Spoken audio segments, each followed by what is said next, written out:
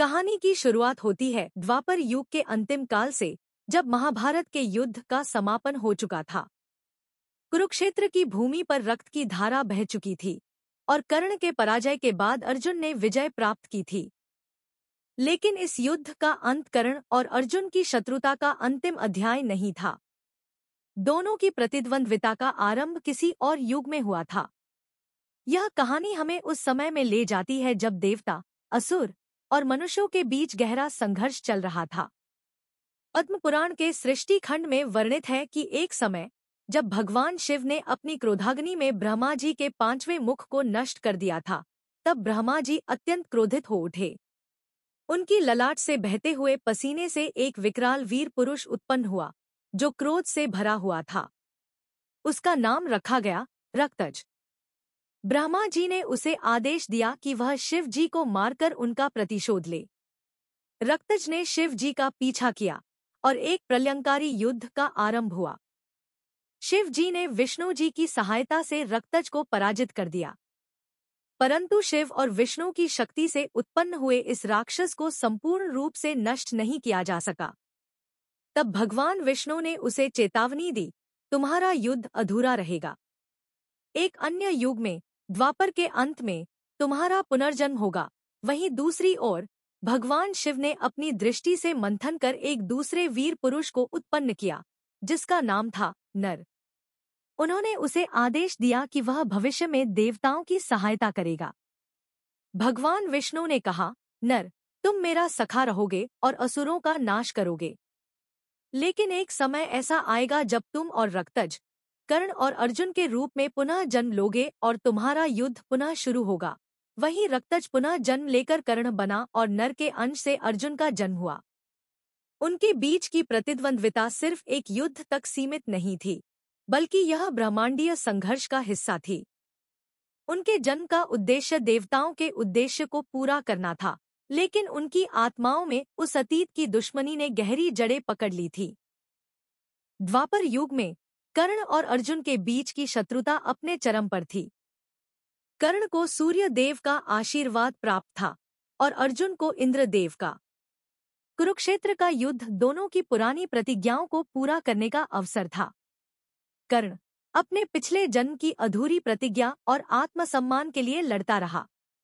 उसे यह ज्ञात नहीं था कि वह कौन था और क्यों उसकी आत्मा में अर्जुन के प्रति इतनी घृणा थी।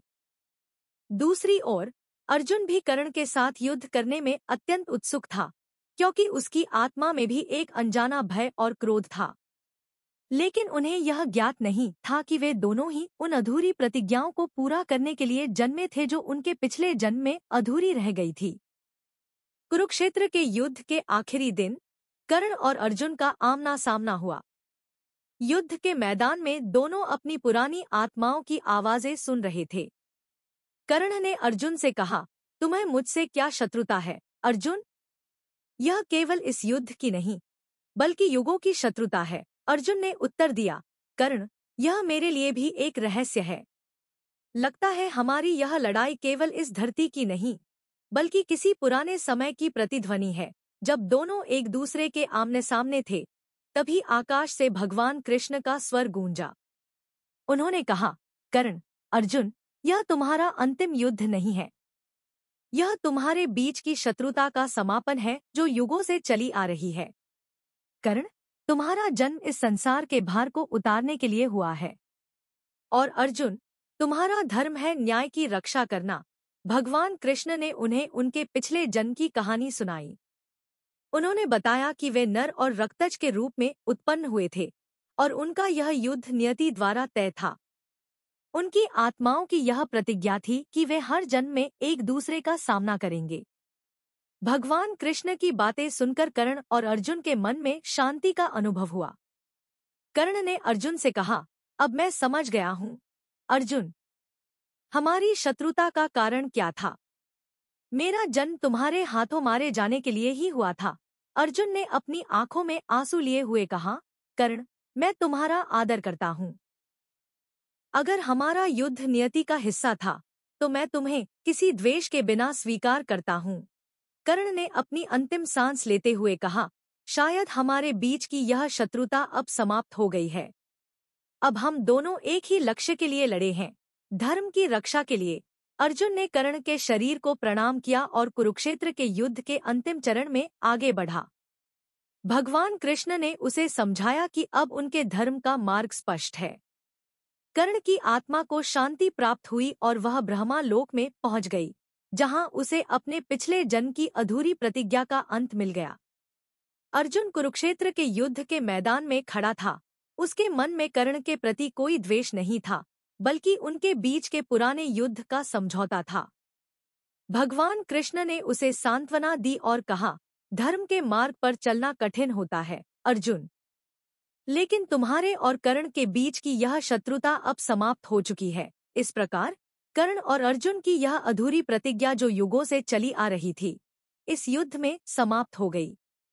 उनकी आत्माओं ने एक दूसरे को समझ लिया और दोनों ने अपने अपने कर्मों का फल प्राप्त किया। कुरुक्षेत्र का यह युद्ध केवल एक युग की कहानी नहीं थी, बल्कि देवताओं की योजना का हिस्सा था, जिसमें दोनों ने अपनी भूमिकाएं निभाई। दोस्तों, इस कथा से हमें यह शिक्षा मिलती है कि हर आत्मा का एक उद्देश्य होता है और हर शत्रुता का एक कारण। जो दिखाई देता है वह हमेशा सत्य नहीं होता। कर्म और नियति के धागों से बुनी हुई यह कहानी हमें अपने जीवन के संघर्षों को समझने और उनके पीछे के गहरे अर्थ को जानने की प्रेरणा देती है। जय श्री कृष्ण। आज के वीडियो में इतना ही। आशा करते हैं कि आपको हमारा यह वीडियो पसंद आया होगा। कृपया इसे लाइक और शेयर अवश्य करें। किसी भी प्रकार की त्रुटि के लिए आप सबसे क्षमा याचना करते हुए आपसे निवेदन है कि प्रेम पूर्वक कमेंट में एक बार जय श्री कृष्ण जरूर लिखें। धन्यवाद।